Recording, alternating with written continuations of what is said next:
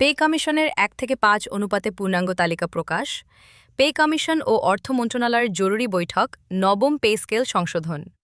ভিডিওটি শুরু করার আগে আপনাদের কাছে অনুরোধ করতেছি, চ্যানেলটি সাবস্ক্রাইব করে পাশে থাকা বেল আইকনটি অন করে দিন। অবশেষে সরকারি কর্মচারীদের নবম পে স্কেল বাস্তবায়ন করার মাধ্যমে নতুন দিগন্ত ফুটে উঠেছে। কর্মচারীরা যে দাবিগুলো জানিয়েছেন, সেখানে গুরুত্ব পেয়েছে গ্রেড সংখ্যা পরিবর্তনের।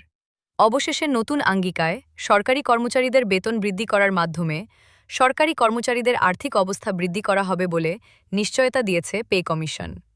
জাতীয় নবম পে কমিশনের একজন ঊর্ধ্বতন কর্মকর্তা পূর্ণাঙ্গ গেজেট ও তালিকা সম্পর্কে আলোচনা করেন। নতুন তালিকায় সরকারি কর্মচারীদের বেতন সর্বনিম্ন ৩২,০০০ টাকা পর্যন্ত বৃদ্ধির নতুন সিদ্ধান্ত গ্রহণ করেছে পে কমিশন।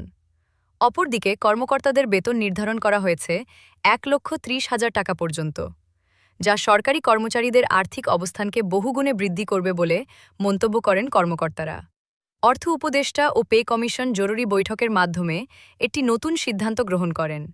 সেখানে কর্মচারীদের বেতন বৃদ্ধির পাশাপাশি অন্যান্য ভাতা সংযুক্ত করা হবে। বিশেষ করে পেনশন সুবিধা শতভাগ রাখার বিষয়ে নিশ্চয়তা এসেছে। আপনারা যারা সরকারি চাকরিজীবী আছেন, তারা অবশ্যই চ্যানেলটি সাবস্ক্রাইব করে আমাদের সঙ্গে থাকুন। নাম অপ্রকাশিত রাখা শর্তে একজন পে কমিশনের সদস্য বলেন, সরকারি চাকরিজীবীদের বেতন বৃদ্ধি করার জন্য অবশ্যই গ্রেড সংখ্যা পরিবর্তন করা বাধ্যতামূলক। যদি গ্রেড সংখ্যা পরিবর্তন না করা হয়, তাহলে সরকারি চাকরিজীবীদের বেতন বৃদ্ধি করা হলেও তেমন একটা বৈষম্য দূর হবে না। যেহেতু অন্তর্বর্তীকালীন সরকার এই বৈষম্য দূর করার লক্ষ্যেই কমিশন গঠন করেছেন, সেক্ষেত্রে যেভাবেই হোক বৈষম্য দূর করেই সরকারি চাকরিজীবীদের বেতন বৃদ্ধি করা হবে। একজন সাংবাদিক সরকারি চাকরিজীবীদের বেতন বৃদ্ধির বিষয়ে প্রশ্ন করলে সংশ্লিষ্ট বৃন্দ জানায়, সরকারি চাকরিজীবীদের বেতন বৃদ্ধি করার সঙ্গে অর্থনৈতিক দিকগুলো সংযুক্ত রয়েছে। তাই অর্থনৈতিক সমৃদ্ধি বৃদ্ধি করার জন্য একটি বৈঠক অনুষ্ঠিত হবে। সেখানে পে কমিশন ও অন্যান্য সদস্যদের মাঝে কর্মকর্তা ও কর্মচারীদের বেতন বৃদ্ধির বিষয়ে আলোচনা করা হবে।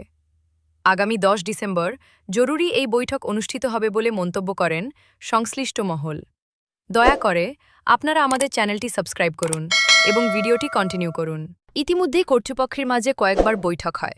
সেখানে গ্রেড সংখ্যা পরিবর্তনের বিষয়টি উঠে আসলেও বিভিন্ন সময় গ্রেড সংখ্যা অপরিবর্তিত রেখেই নবম পে স্কেল বাস্তবায়নের বিষয় আলোচনা করা হয়। তবে একজন কর্মকর্তা বলেন, গ্রেড সংখ্যা পরিবর্তন না করে বেতন বৃদ্ধি করার পুরোপুরি অযৌক্তিক। ২০১৫ সালের অষ্টম বেতন স্কেলে গ্রেড সংখ্যা ২০ থাকার কারণে কর্মচারীরা পদে পদে বৈষম্যের শিকার হয়েছে। তাই আমাদের উচিত হবে এই বৈষম্য দূর করা। আমরা যতক্ষণ পর্যন্ত নিজ উদ্যোগে বৈষম্য দূর করব না, ঠিক ততক্ষণ পর্যন্ত সরকারি চাকরিজীবীদের বেতন বৃদ্ধি কোনো ফলপ্রসূ হবে না। গত ১৭ বছরে দেশে জিডিপির আকার বড় হয়েছে ঠিকই, কিন্তু তার সঙ্গে সামঞ্জস্যপূর্ণভাবে রাজস্ব আহরণ বাড়েনি। সেই সঙ্গে গত ১.৫ বছরে দেশে অর্থনৈতিক কার্যক্রম স্তিমিত হয়ে পড়েছে। প্রবৃদ্ধির হার অনেকটাই কমে গেছে। স্বাভাবিকভাবেই রাজস্ব আহরণ কমে গেছে। এই বাস্তবতায় অন্তর্বর্তী সরকার নতুন পে স্কেল গঠনের ভার পরবর্তী সরকারের উপর চাপিয়ে দিয়ে প্রজ্ঞার পরিচয় দিয়েছে বলতে হয়।